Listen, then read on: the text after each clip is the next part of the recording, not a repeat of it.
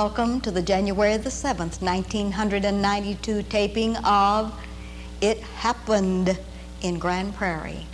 And we're continuing our history research for Grand Prairie, and we are just so pleased to bring you our history tape number 163. And we have one of the most exciting ladies in Grand Prairie, Texas to interview today. Her name is Bobby Taylor, Mrs. Harry Victor Taylor, and we want to welcome you to the set, Bobby Taylor. Thank you. How wonderful to finally catch you and trap you so that you could come and be with us today. Well, life has its ups and downs. Yes, it I've does. had a lot of downs lately. Yes. Bobby Taylor, it's so exciting to get to do an interview with a lady that has been so meaningful to the city of Grand Prairie, has contributed so much. First of all, to set the stage for our interview, I'd like for you to glance out into your camera, and I'd like for you to give the viewing audience your genealogy and give us the full names of both of your parents. Would you do that for us? All right. My father was Robert Terrell Whitehead. My mother was Marjorie Powell Whitehead. My father was a railroad telegrapher and also a depot agent for the railroad. In those exciting days in the 20s, it was really exciting to have a depot agent for a father. He was the big man in the little railroad town that we lived in. And they spent most of our childhood was spent for him working for the Panhandle in Santa Fe from Sweetwater. We used to call it the Old Orient, and then they went broke, and Panhandle in Santa Fe bought them out. And working for the Orient was like working for family. You knew all the engineers. My father would know, he'd hear a whistle, and I'd say, "Who is it, Dad?" "Oh, that's a Abernathy on number 19. And I'd say, "What's he saying? What's he saying?" He's saying, "Get out of the way, I'm coming through." But they talked with those steam whistles to each other, and I always thought that was fascinating. He was born in Liberty Hill, Texas, down in the hill country. My mother was born out in Taylor County in West Texas. Would you give us her full name now? Marjorie Faith Powell Whitehead. All right. Would you like some background about my father? Yes, I'd like that, and also about your mother, too. Anything you want to tell us about those two very wonderful characters? Well, I think possibly I would like to say something about my father's grandfather, because he stands out in my genealogy as one of the most outstanding characters. He was raised until he was 12 years old back in the Tidewater, Virginia, and they were quite wealthy, and he was raised as a gentleman. And his family moved west when he was about 12 or 13. And when he was 19, he came to Texas. He wandered around down in South Texas until finally he settled in Sweet Home, where he married Elizabeth Veal. This was the Wild West in this part of the country at that time, and he and Elizabeth moved to Liberty Hill in 1855, and they established the Indian Mound Ranch, and it might note that that ranch is still in the Whitehead family, and that's over 150 years. So they have a heritage claim. What do you medallion? Medallion, yes. And it's very interesting. Their family cemetery is there, and it's well taken care of, and my mother and father are both buried there. But what I wanted to tell you about Professor Whitehead, he was a natural musician, and that has some meaning to me because I am too, as you know. Yes, I do. And he played the violin, and when he came back from the Civil War, he was Terry's Texas Ranger participant. When he came back from the Civil War, life out there on the hill country was pretty hard. Yes. It's beautiful, but it's hard to make a living. So he decided to do something with his music, and so he went to New Orleans and studied ballroom dancing. And when he came back, he and a German friend of his who played music got together and formed a little classroom session, and they would go for a couple of weeks into a community who knew nothing but square dancing and teach them ballroom dancing, and they called it dancing in decor. And Professor Whitehead was a very distinguished looking man, and he wore frock tailcoats and a beaver hat, and he was quite the dude. Yeah. So he made quite a show out of it, and he was known all over the Southwest as Professor Whitehead, and I've always felt very close to him and would have loved to have known him, because I'm sure he must have been a fascinating character. But my father was born out there on this ranch, and his father was the railroad had just come through there, and his father had learned the telegrapher business, and he got, I believe it's in the Galveston flood. My father was taken out of school and brought down there to help with the flood news, because that was the only way they had of getting things like that out. And from then on, he worked as railroad telegrapher, and he was quite good. He could send with one hand and type with the other one and talk to you at the same time. Oh, that's wonderful. And so we spent most of our life then, as I said, in the railroad business, and it was a wonderful life for a little child who learned to call the engineers by name and so forth. And he died. Where was Bobby Taylor born? Where was Bobby Taylor? I was born in Austin while he was working there at the Western Union for Austin. Okay. And then I moved about 4 years, when I was about 4 years old, we moved to a little town called Sylvester. In what county? In Fisher County. All right. And that was a little town that was built by the railroad, for the railroad, and dominated almost completely by the railroad. Mm-hmm. The railroad was very benevolent people. They gave us water and coal and free passes on the train, and I just had a ball, because I was mascot, because I was always down at the station, and I could call the engineers by their names, and they called me Little Bob, and I thought that was great. Mm-hmm. Where did Bobby Taylor begin her schooling?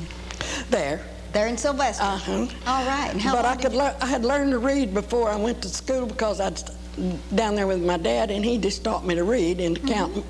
And I spent the very first year in frustration, because I didn't like to sit there, and I'd had such a fascinating life at the depot. I didn't really want to sit in that schoolroom, and several times I got up and walked out and had to be brought back. So I didn't start off very auspiciously, but things got better, and I enjoyed it, and it was great life there in Sylvester.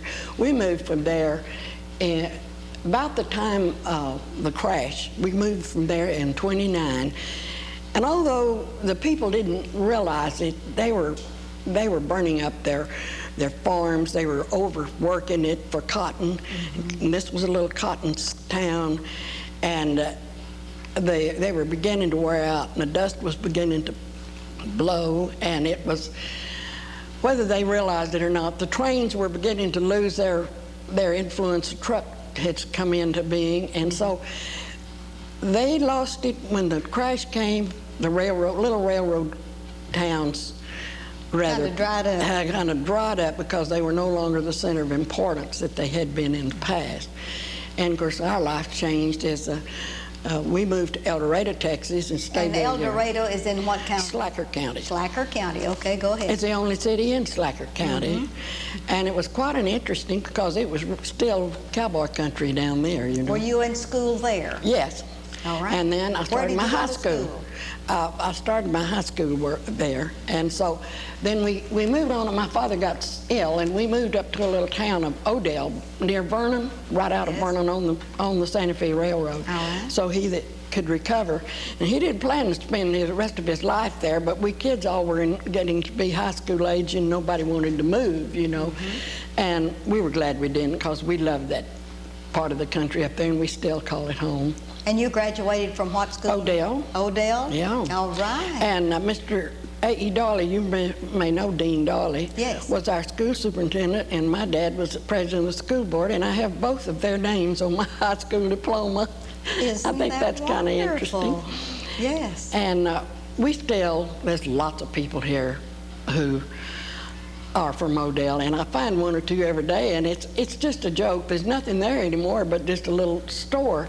But we we all loved that town. Did you have any brothers or sisters? Yes, I had two sisters. Would you one name just 2 years younger than I, Omega. All right. And the other one is 7 years younger than I, Juanita. And I lost my sister Omega last year. My sister Juanita lives in Aubrey. It's a little community out of Denton, and they do horse farming up there. He just got a winner. That's it. That's it. Isn't that interesting? His name is Holloway Shelton, if you want to bet on the horse. All right. Now, we'd like to bring you back to where you were going into school at Odell. And did you have a favorite teacher or a mentor or someone that was just... Well, Mr. Dawley. Mr. Dawley was one of them. Well, is there anyone else that was very meaningful to you that really inspired you to... He was an inspiration to that whole little town. He was a dearest old man. He tried his best to make something out of we kids, and he did. Yes. There was some really, well, Dean, for instance, Miss Jack Miller, singer Harris Jack Miller is from Odell, and Lou Ann Stevens, who's in movies, is an Odell person. All right, when Bobby left Odell, Texas, where did you go? I married Harry Taylor in Vernon. All right, now let's get into this Harry Taylor bit. Mr. Harry Taylor, your husband, and let's get up our picture. And while we talk about Harry, since you have lost him, I'd like for you to hold that up, and then I'd like for you to give Harry Victor Taylor's genealogy, give us his parents' name, and any brothers or sisters, anything you'd like to tell us about Harry, just personally, before you two married. Harry worked for a jewelry store there in town, and he was such a handsome young man. I had to compete with the, is that? That's better. Okay. All right. I had to compete with most of the young ladies in town for his attention. They'd love to go and let him look at their rings and watches. Yes, yes. But he was really a fine young gentleman. And you met him in Vernon, Texas? Vernon, Texas. All right, let's give his parents' name. What was his father's name? His father's name was Harry Joseph Taylor. And his mother? His mother was Celia Frances Holzbar. And she was German lineage. And I'd like to inject a little story about her that was really fascinating and should be told. Her father was attached to the embassy, German embassy, and they were German immigrants. They were here from Germany, and he was attached to the embassy. And about that time, Bismarck got very interested in conscripting all the young German men into his army, and George had no idea of spending the rest of his life in Bismarck's army because everybody knew they were going.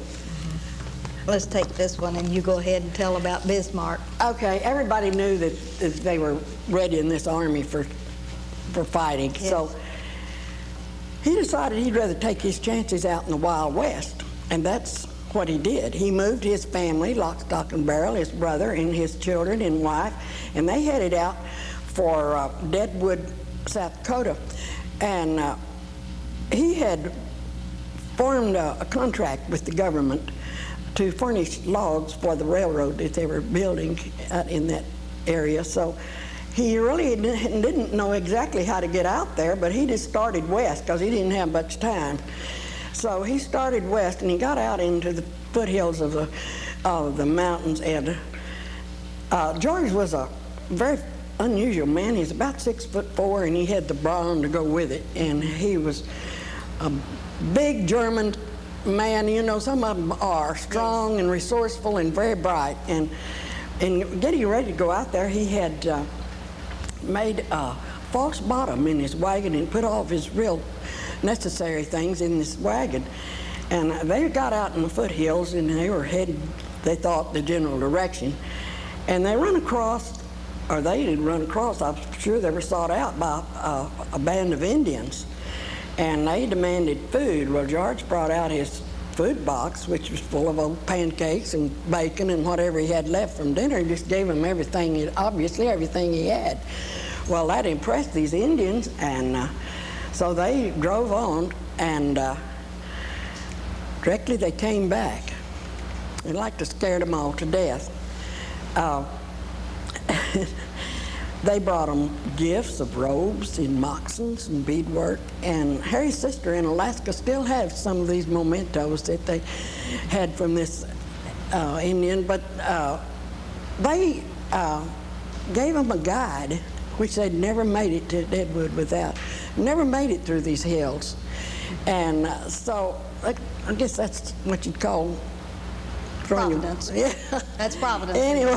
Anyway, they made it, and later on, Celia married a young mining engineer, and he got killed in a mine explosion, and left her with a little son. So she moved with her family to Trinidad, Colorado, and there she met this handsome man that had a jewelry store that had 4 little children that back in Pennsylvania that he was trying to establish a home for. And he thought, I guess, to himself, what a find that Celia was. So they decided to go back and get his children and establish a home there in Trinidad, and which is what they did. And then later on they moved to Shamrock, Texas, and he had a jewelry store in Shamrock. So Harry was a jeweler by trade. Yeah, and so Harry wandered off down to Vernon and was working for Mr. Lutweiler in the jewelry business there, who had been a jeweler in Vernon for years. And so the war came then, and Mr. Lutweiler sent Harry and his son down to San Antonio to work for the government they were naturals for instrumentation and things of that sort, being the jewelers. And so we landed down there in 1942 after Pearl Harbor a while. But in the meanwhile, before he was sent to San Antonio, you all married in Vernon. Oh yeah, we married in 39. We'd been married 2 or 3 years before. That's what I wanted to establish, was your marriage date, if you'd like to give us that. Okay. Yes, and we are both so argued about our anniversary for a good 40 years, and I said it was the 26th, and he said it was the 29th, and so we celebrated somewhere along in that. And years later, I run across the marriage license and happened to look at it, and it was 30.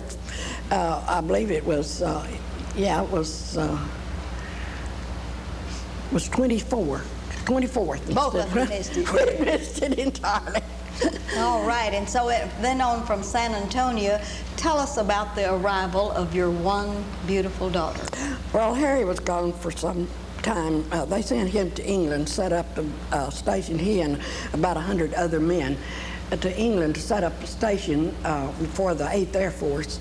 And so he came back a little earlier, because when his work was finished and they were ready for the 8th Air Force, he came back. And so he came back a little earlier than the others. And Harriet was born in 45. Where? In San Antonio. In San Antonio, Texas. Uh-huh. Well, after we had Harriet, we decided that San Antonio, we didn't want San Antonio to be our home. And while jobs were plentiful right then in his work, he decided to relocate somewhere near our home. So he came up to Vernon. I don't think he thought he was going to get, I think the first people he interviewed hired him. And so it kind of shook us up a little bit. So we came up here, and we were fortunate enough to have friends in town. Mr. and Ms. Sam Williams, who came from our little town of Odell, was my mother's friend, and I graduated with her. And those people still live here, their daughters. Yes. And so they suggested that we stay with them in their home while we looked for a place to live. So that was what we did. And they were going to California to visit their daughter for a couple of months. So we settled down in Mama Sam's house, and one morning Harry's starting to work, and there was a sign on the house next door that said for sale. It had just gone up, and I know the man hadn't had it up 30 minutes, and Harry whipped back in the house and said, the house next door is for sale. So he ran over, and the man gave him a real good offer, so Harry just took him to town and bought the house, and I didn't even get to look inside it. So I lived there 13 years. 13 years, and that's here in Grand Prairie, Texas? Yes. Over on Pine Street, and you've been my guest when I lived over there. You bet. And the little house was very dear to us because we lived in it 13 years, and then Harriet used it for a while, and we leased it, and then sold it for 4 times what we paid for it. So. And what brought you to Grand Prairie? Because you just really liked it, or what? No, just accident like that. Accident. We were planning to live in Dallas because Harriet always worked, and he always did work there.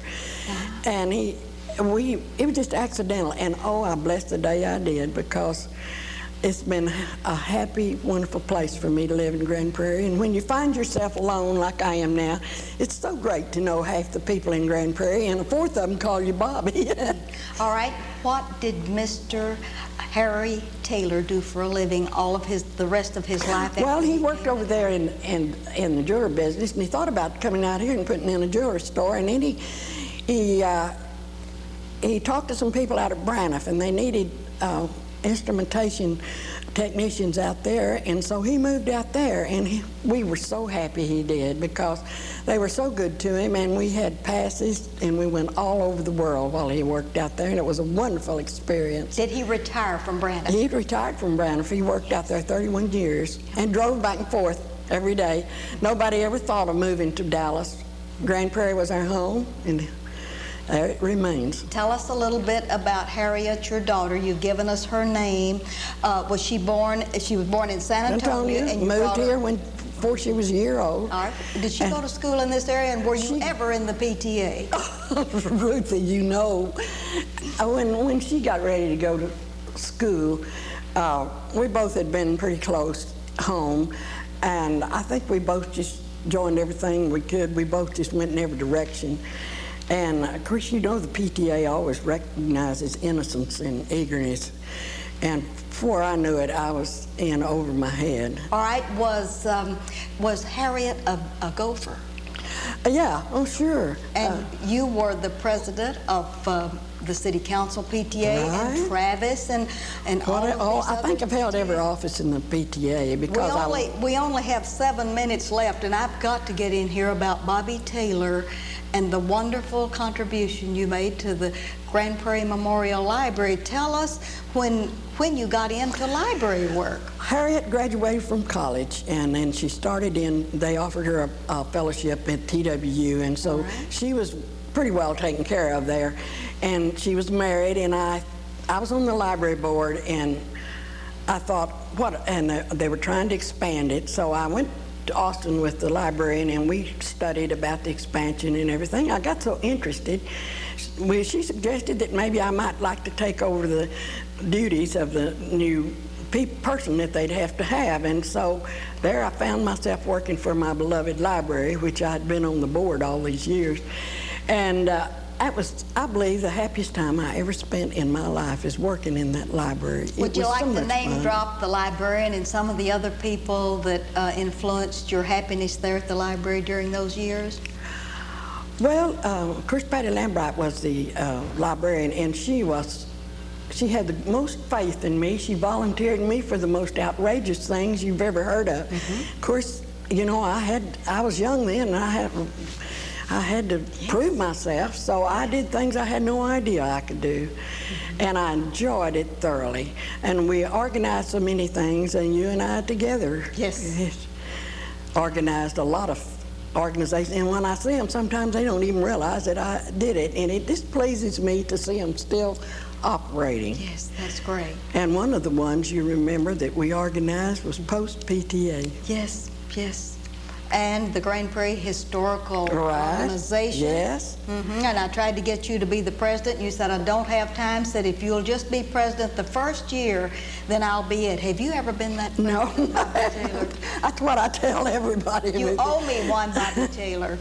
And I'd like to talk about Harry's illness a little bit before we leave the desk. Harry was severely diabetic, and the last 10 years, we never knew what was around the corner, and so I just retired from everything. Well, I couldn't leave the house without worrying about what I'd find when I got back. So that kind of, and he was very brave, and I tried very hard to see him, but I couldn't. We had a lot of wonderful memories. Yes. A lot of wonderful years. Certainly did. All right, now, you must name Harriet's husband, and your grandchildren are all in bad trouble. Okay, look out into your camera and do this. Where, which it? Right there. All right. Harriet Taylor went to school here in Grand Prairie, and she was into everything, as most of the kids were at that time. And she went to Denton, and we had an exchange student live with us. It was a very exciting period in our life. And then when Harriet graduated, she went to Vienna and went a semester to school over there. And then when she came back, she went to North Texas and finished up her BA. And then she was offered a scholarship at TWU for her master's degree in exchange for teaching classes and so forth. So she was pretty well happy there, and she still teaches in the Grand Prairie area. She taught, came back and started teaching here in the high school where she was for 12 years, and now she is at Lee Junior High, and she's very happy over there. And she is an art teacher. Art teacher, yes. All right, I want you to establish that. And my two granddaughters. All right, who did she marry? She married Thomas Elder. All right. And his home was in Dallas and had been all these years. And now get the grandkids. Okay. Robin Lee was just, she was a living doll. I wish I'd brought a picture of her. I should have. She was Miss Waxahachie in '89 and was competed in the Miss Texas contest. And she's a singer and a leader and just a great gal. Is she married? She married last summer, and then we just had a ball, summer before last. We just had a ball with the wedding. She kept me entertained all summer. Would you name her husband? Her husband is Peter Harding. He works for Sewell Cadillac. Okay. Very handsome and sweet young man. I couldn't have picked a better one myself. You have another granddaughter. And I have another one that is coming on. She's a senior in high school. Name her? Her name is Toby Ann. Toby Ann Elder. And where does Toby Ann and her mother and father live? They live in Midlothian, Texas. I say Midlothian, they're 8 miles from Midlothian, but they live south of Joe Pool. They're out on an acreage, and they have a beautiful home out there, and they're very happy out there. And now that you are alone, but not alone, because I see you many places, like back in the post-PTA, at the AARP, several things. Are you keeping busy, Bobby Taylor? Yes, I am, and I'm enjoying myself. And I never thought that was possible without Harry. But I found that's a really wonderful thing about living all your life in a town like this. You help it come, as I said, I helped it rig from a pup, and I feel so interested in everybody and everything that comes along that's a part of Grand Prairie. Where do you attend church? First Methodist Church. First United Methodist Church. Right. All right. And I belong to Pace Setters. I've got to give them a break because they are the greatest Sunday school class in the world. And they have been really great to me, and I have enjoyed every bit of it. Okay. What have I not told you? Let's see. You've told me some more than you meant for me to, probably. You've told us just a multitude of wonderful things about Bobby Taylor, who has just come up all the way through the ranks, have just made so many contributions to Grand Prairie, Texas. I also enjoy the Women's Club. Yes. I enjoy my card club. Yes. And you see why I'm busy all the time. I haven't a moment to spare, because if I'm not busy, I find something right quick to do. Yes. Well, we want to thank you for being with us today, Bobby. It's been great to interview Bobby Taylor, a very special lady to Grand Prairie, Texas, and we want to thank you. And this is Ruthie Jackson reminding you that history is as we live and do.